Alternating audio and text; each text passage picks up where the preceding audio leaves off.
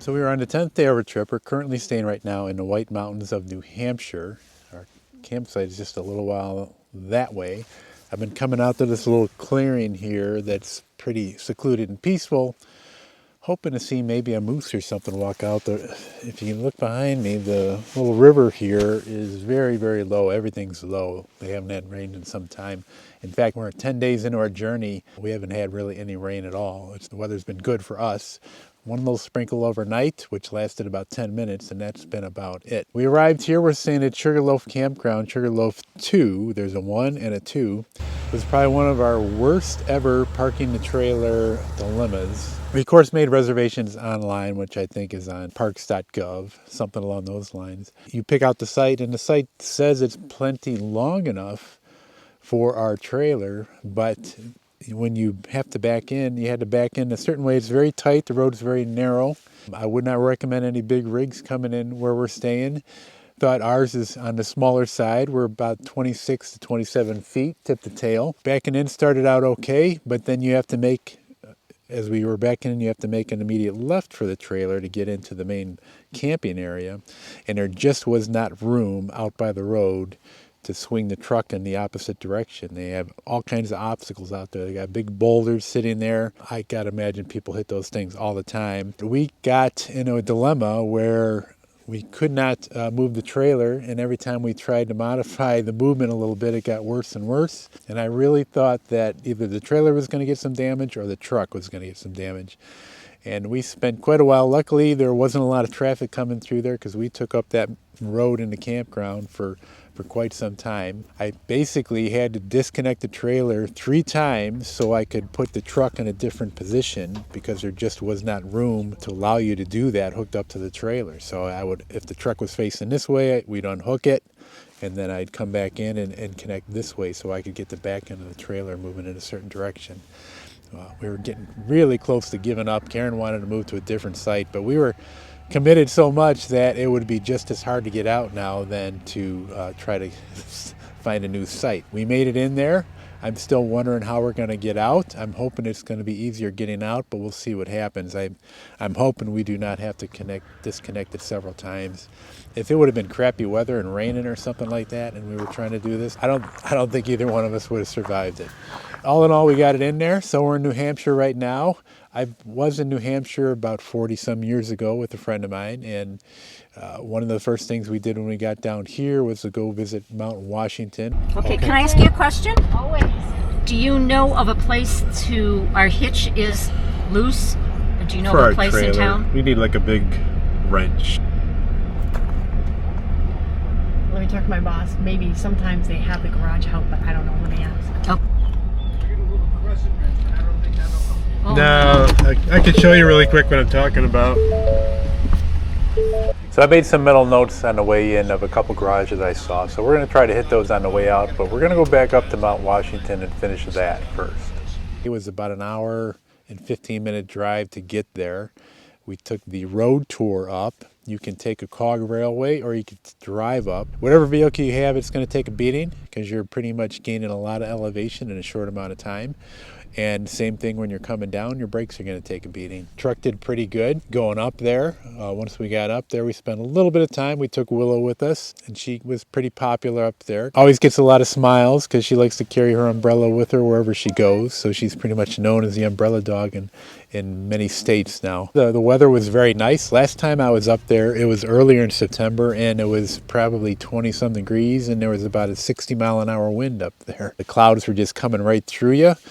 But it was beautiful up there this time. The temperatures were right around 70, and there was virtually no wind to speak of. Almost a little too warm. We kind of dressed for it to be a little bit cooler up there. It was a very nice day, a lot of nice views. We saw the cog railway train take some people down, and that's always kind of cool. A little bit pricey for us. It's $84 a person to take that railway. And to drive the car, it was $72 for both of us to come up on the road. On the way back from Mount Washington, I did stop at a garage. I needed to reset and tighten the shank for our weight distribution hitch, and I did not have a wrench big enough to do it. Probably not your typical mechanic job.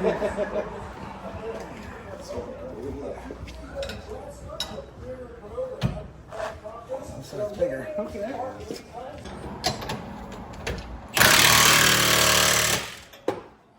There you go. Good as new. You're all set.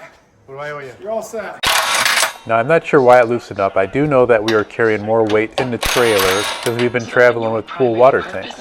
Also, I never made adjustments when I got the new truck, and it is a little bit taller than my old truck. So I'm going to take the weight distribution hitch where the arms come into the trailer, and I'm going to raise that up about an inch, inch and a half, and just see if that bears more weight on the trailer and makes it less likely for that shank to loosen up again.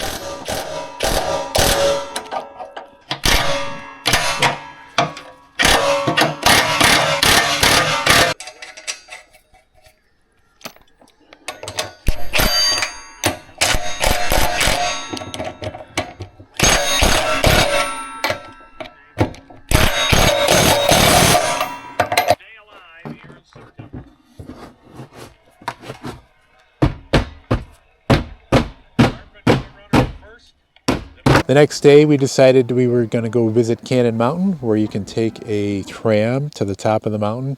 It's basically a ski resort.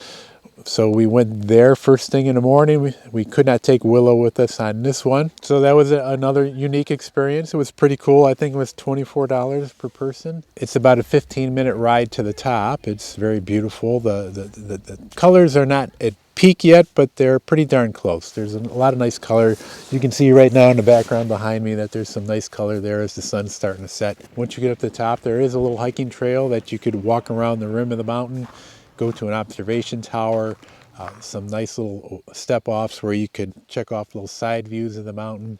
So all in all, a pretty neat experience. Once you get up there, the trams run every 15 minutes. So you can spend as much time as you want up there. I think the last one starts coming down around 3:15. So we both enjoyed doing that. It was, again, gorgeous views. The weather was a little bit cooler that morning. The temps on top of that mountain were probably in the high 30s, low 40s. And there was a pretty good stiff wind blowing the whole time you were up there. So a little chilly, but that's what you would expect. I don't have to sit there, but I just wanted to stick this out the window. One of our fellow passengers was nice enough to let me head over to the window here where I could stick my 360 camera out and kind of get a unique view of what it's like to ride this tram down the mountain.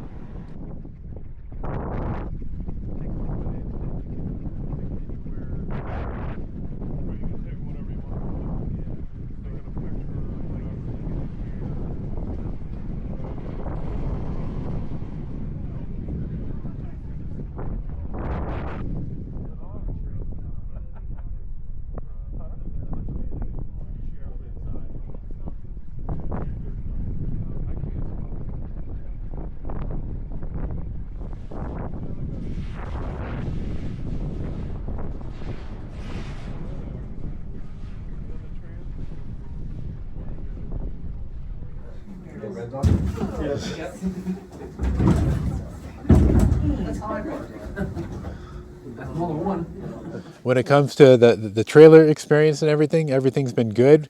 We've been 7 days now without any hookups, and that's getting a little bit long in the tooth actually, because we're trying to be conservative. We're good with water. Our battery power on the RV, we've been very conservative with also, and it's getting chilly now at night and chilly in the morning, which means you want to run your furnace, which means you want to run that furnace motor, which means you're using more and more different means of electricity on the trailer. Right now, I think we're down to 60%. To keep the battery up every day, since all these campsites that we've been at lately are not open to the sun, they've been pretty well shaded, a nice canopy of trees around them, and the solar coming onto the roof has been terrible.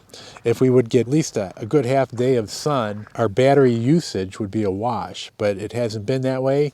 So what I've been doing is taking our jack recharger. Whenever we go somewhere, I put the generator on the truck and charge it up, and then I take the Jackery and I hook it up to the RV, and that's getting old. A couple times I've just had to charge the Jackery up at the campsite without going anywhere, and that's just letting the truck idle for an hour.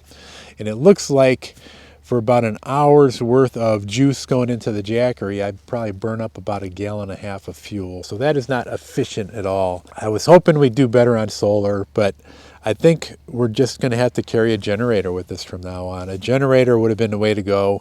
1.5 gallons of fuel, I've had to do that 4 or 5 times now in the last 7 days. So I probably spend 7 gallons of fuel just to put some power back into the RV. The generator on the truck will not work with the RV. For some reason, it just overloads, even though it's not pulling the amount of voltage you would expect to overload it. When I charge the RV with the Jackery, I'm charging it at around 1,000 watts. So when I hook up the truck to the RV and I take all the grounds out of it, so it's not going to give me that fault, it just gives me an overload notice. I cannot use the generator on my pickup truck with that RV. I don't know what the solution is. There's a few other people on some Facebook pages that I follow that have also been having the same issue, and they're at their wits' ends and haven't found a decent solution. Bottom line for me is I'm going to have to just start carrying a generator. We used to carry a Furman with us, especially when we went out west, and I don't know if I want to carry something that big and heavy. So I might be in the market for something that's around 2,200 to 2,500 watts. I definitely would have saved on fuel. I think 1 gallon of fuel in a generator would have equaled 7 gallons that I had to use in my truck. So still a little bit miffed about that and disappointed with that generator on the Ford F-150/250. They call it the Pro Power on board. But if you have the 2,000 watt generator, let me know if you can get it to work with your RV and charge your RV. Now, Karen and I have been a little bit under the weather. It started with me first, and Karen has caught up to me now. I'm starting to get over it where she's still in the thick of it, but I did decide to go out for a little hike. As I said, we're at Sugarloaf Campground, so there is a trailhead here called Sugarloaf. So I went for a hike today, about a 3.5, 4 mile hike altogether. It took me to some pretty nice views and vistas on top of the mountain nearby where we are camping. In Maine, I want to hike up to where the end of the Appalachian Trail is, and that is a pretty rough hike. And this hike, to me, was kind of rough. A lot of elevation gain. It's not as long as the one in Maine that I want to do. So I'm a little concerned about just what kind of shape I'm in, and I'll see how I feel tomorrow about it. Normally I can just trudge right up those hills and just keep going and just be a man on a mission. Those elevation gains and that steady stream of walking up and up and up was getting to me a little bit. I'll be better prepared in Maine. I think I'm going to have to pre-medicate with some Advils. The hike up there is 5 miles one way, so it's going to be a 10-mile trip round trip. And as I said, that's 5,000 feet in elevation gain. It's pretty significant. So we'll see what happens. I think I might not get too carried away. Maybe I'll try it out and see how far I get. And if I don't feel like I'm going to make it, then I'll just turn around. But I really would like to see the end of the Appalachian Trail on the northern side of it. All right, I'm going to get back. I'm going to take Willow outside and clean things up. And we're going to be on the road tomorrow morning. I'll see you in Maine. As I said, there's plenty of room inside that campsite once you get in off of the road. But here by the road, you need to make a sharp turn. And if you notice, there's that boulder there on the left. There's a boulder on the right. You've got trees. And I'm really trying to hug everything on the left-hand side here to get out.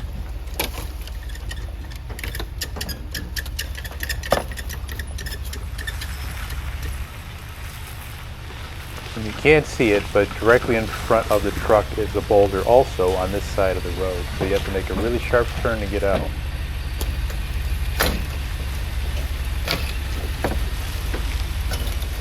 Karen was holding back some of the trees to try to not scratch up the RV.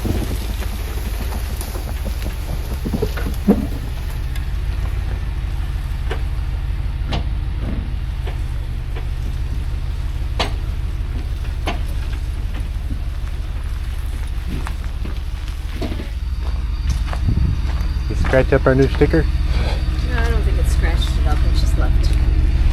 No, it didn't scratch it up. Well, maybe a little. Maybe buffed out. Whatever. It's just dirt. I've got control of this.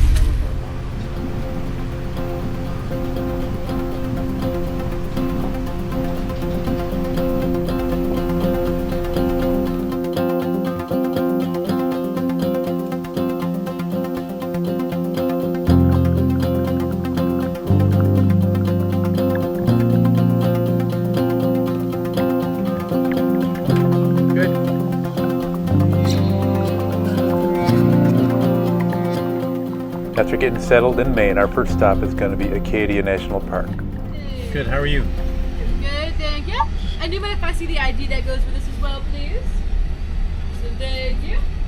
And do you have one of the hang tags yet to display the pass with, or not? Yes, we do. Yeah. Okay, cool. We just ask that you display your pass whenever you park. Do you guys have a map yet, or not? No. Okay, I'll grab you one of those. Here's the map of the park for you. All right, thank you. Yeah, have a Any great one. suggestions? Enjoy. Any suggestions? So I'd recommend checking out Sand Beach, followed by Thunderhole and then Otter Point. Those are our three main overlooks on this section of the park. Okay. Good suggestions, thank you. Absolutely, enjoy. All right, take care.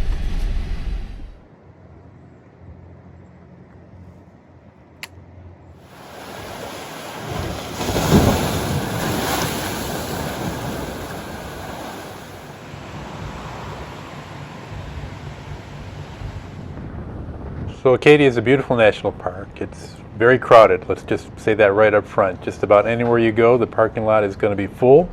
You're going to have to fight to find some parking. Your best bet is going to be to get up early or to come to the park late in the evening. The park is essentially a loop. A lot of the roads initially when you first start is one way.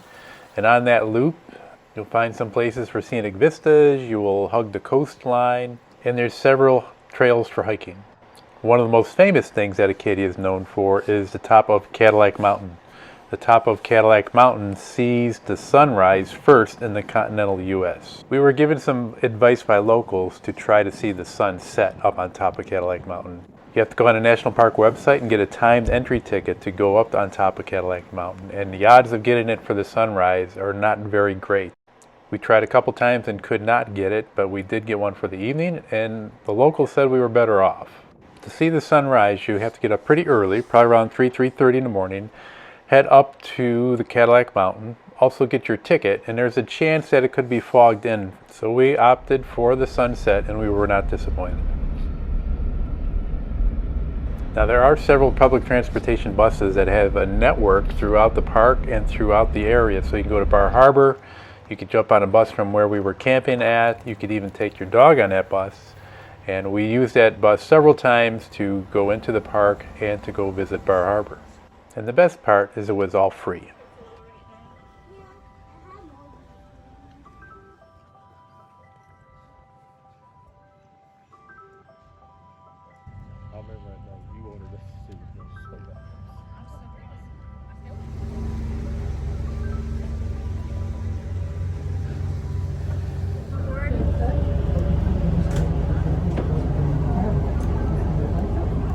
When we back out of here and head out through the harbor, we'll take it nice and slow and politely, as you do when you go out of the harbor. You cover that area because up here, the folks down on the bridge can see forward and a little bit to the side. I try to cover some of the area they can't see, and you can do that too. So whenever you catch the horizon, you cut.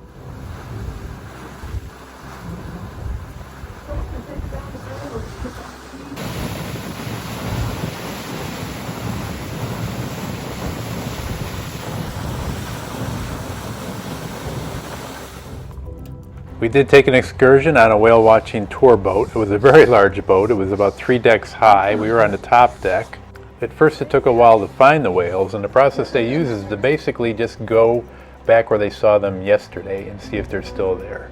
They're generally in the same area. It took a little while to find them. They started seeing their little blowholes going off in the distance, and then the boat kind of hones in on it, stays at a safe distance so it's not to kind of spook the whale.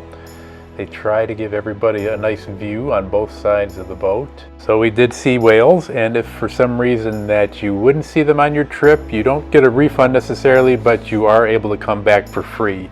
Either the next day if you're staying in the area, or you have up to 2 years to use your ticket.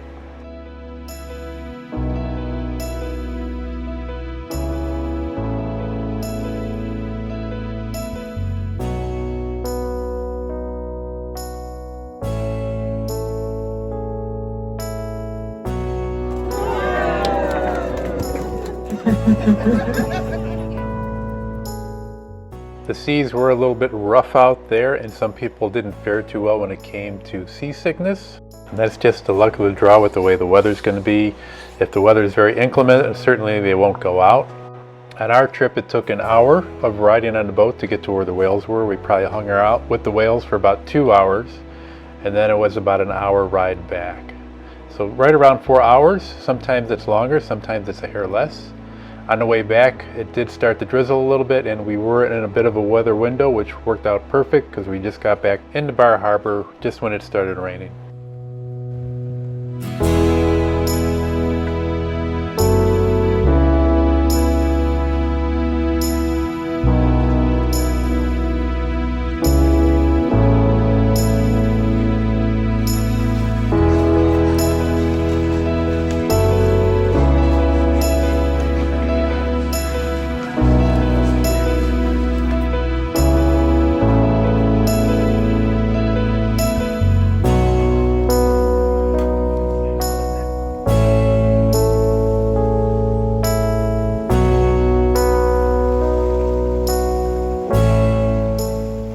Bar Harbor, of course, is a water town. It's very walkable. It's a very quaint town, lots of shops and restaurants, and we enjoyed visiting that area. If you visit a restaurant, the thing to do is have a lobster roll, and I did have one once we got off of the boat.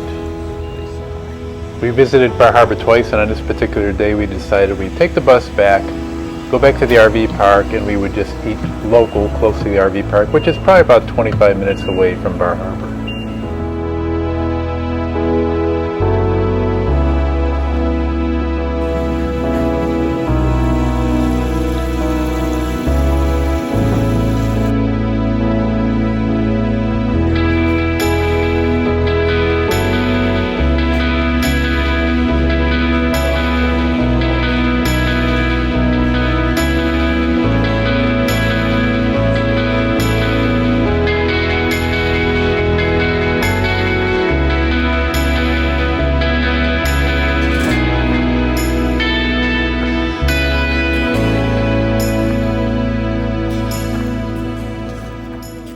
Always happy. That's her umbrella. Can I say hi? Oh, she would hate it. Hi. Hi. Hi, I know. Are you afraid it might rain? Are you afraid it might rain? I know you are the best. I know.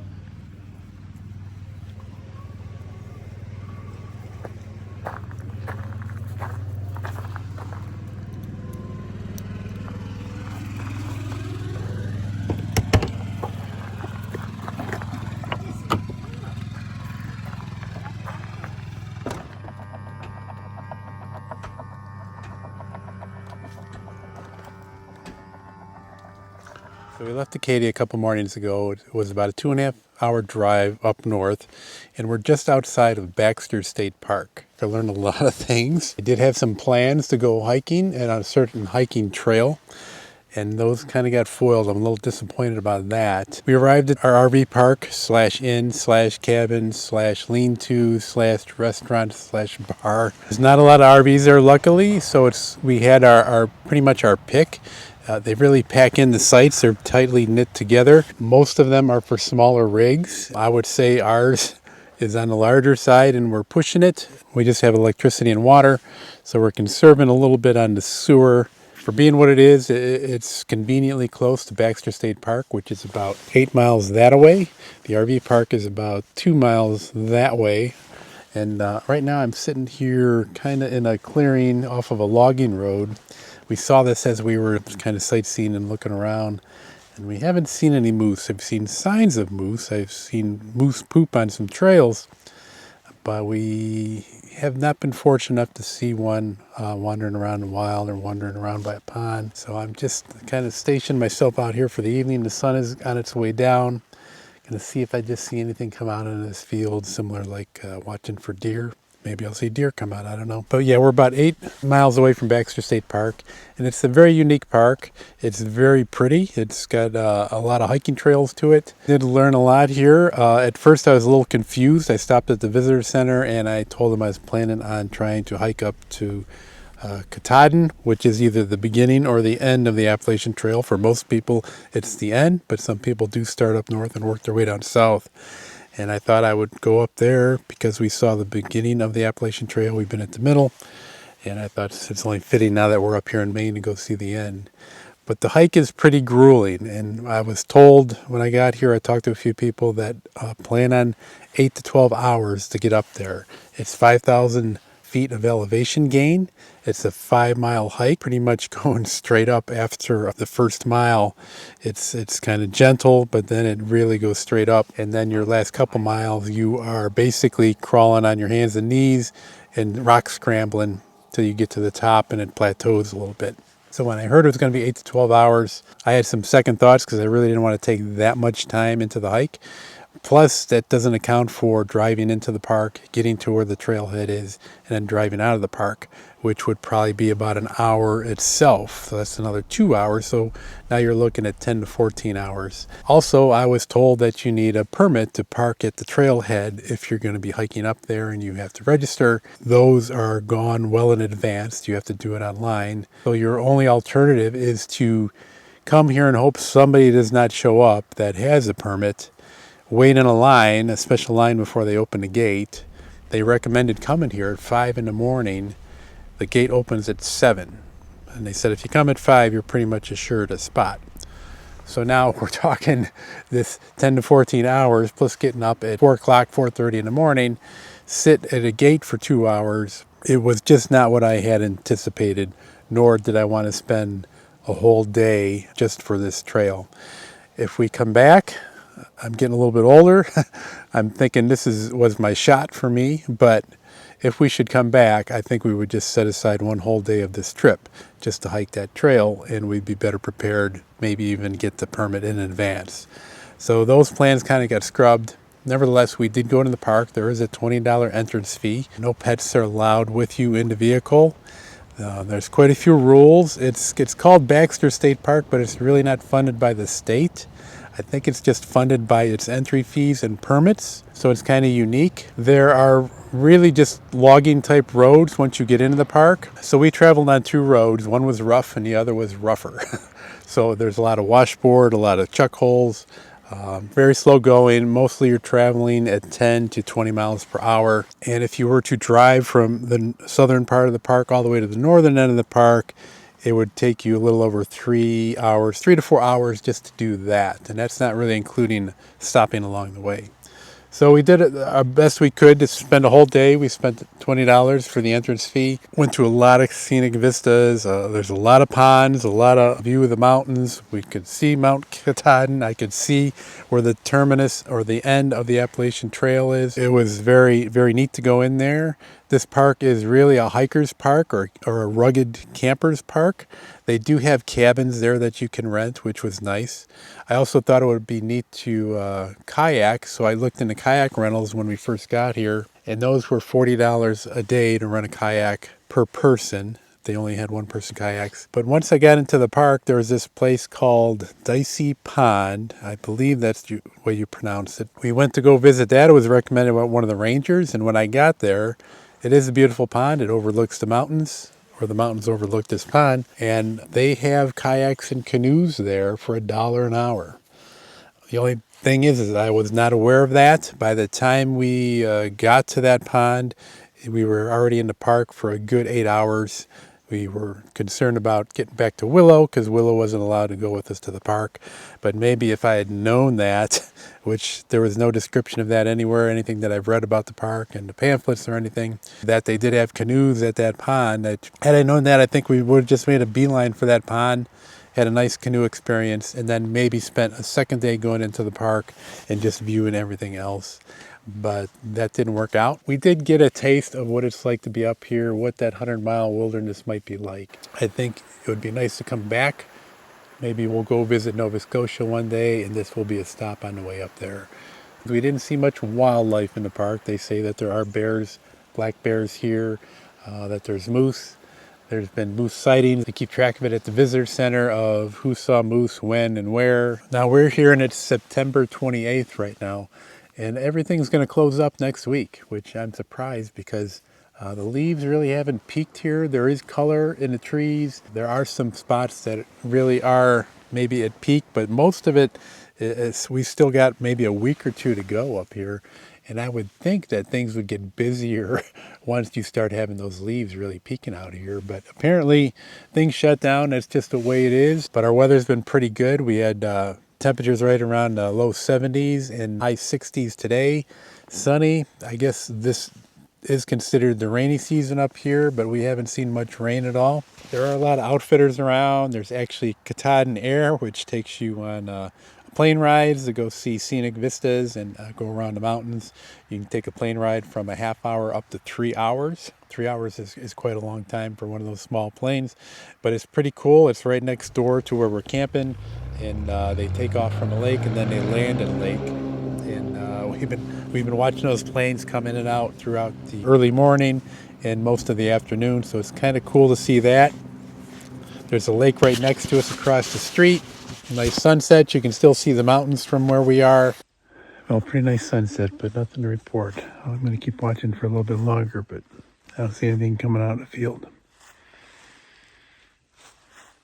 Still not a bad view.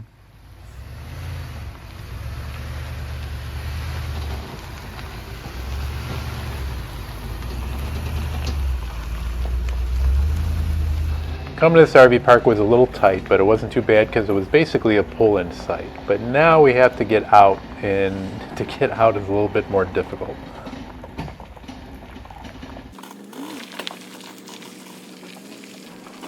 In order to keep backing up, there is this cone in the way, and I'm not sure why it's there, but I'm going to find out real quick. There's a septic line that runs right there, about 12 inches down. It's a pump system. Where are you trying to go? So it should be okay. But if you can go back like 4 feet before you cut, I think you'll be all right. Come on.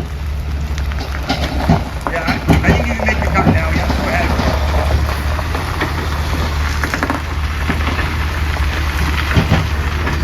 You got a couple feet only. That's probably good. Now you should, I think you can maybe make that cut now. I don't know.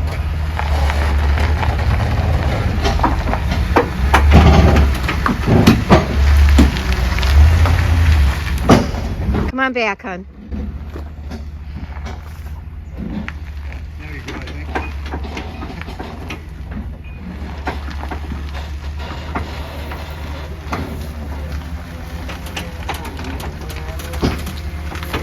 You're good. Yep, have a good day.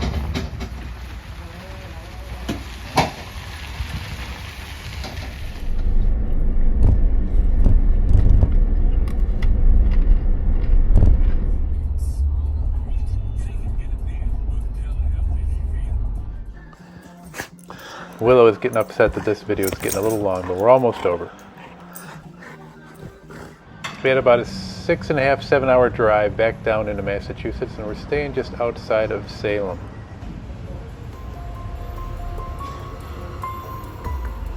Salem is a pretty popular city, and if you're a fan of the movie Hocus Pocus, like I know Karen is, there's a lot of scenes that were shot in this area. Of course, Salem is known for the Salem witch trials, which several people were accused of being a witch and hung back in the late 1600s. And now at this time of year, this town becomes very popular.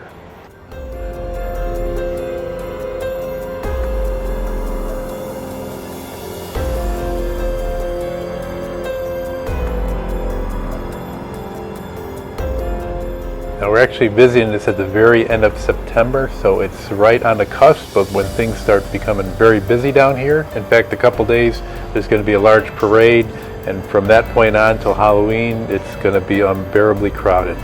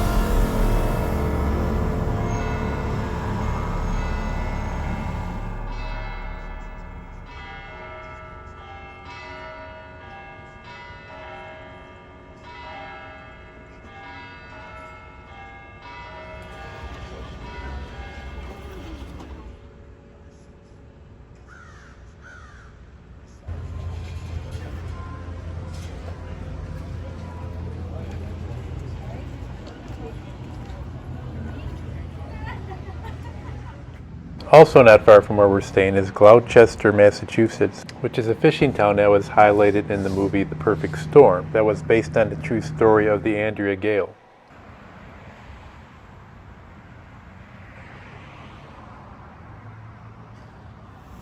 We have to take care of a few odds and ends before we start heading out in the morning.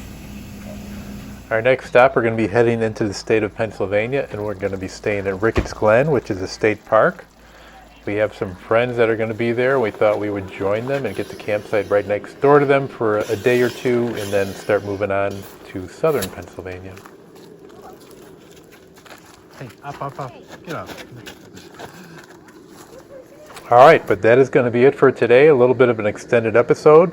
We were very fortunate to experience fall up in New England, and then when we get back home to Ohio, we're going to be able to experience fall all over again.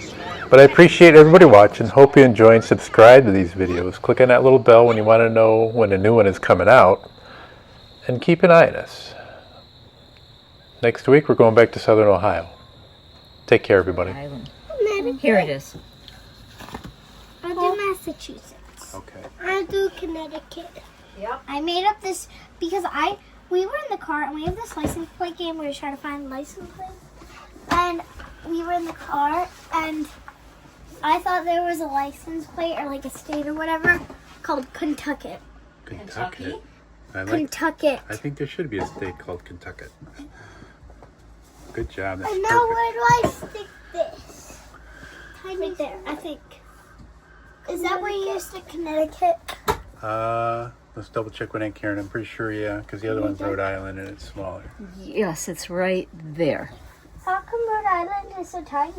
I don't know. That's just when they made up Good job, guys. the state lines. They made it small. What is the biggest?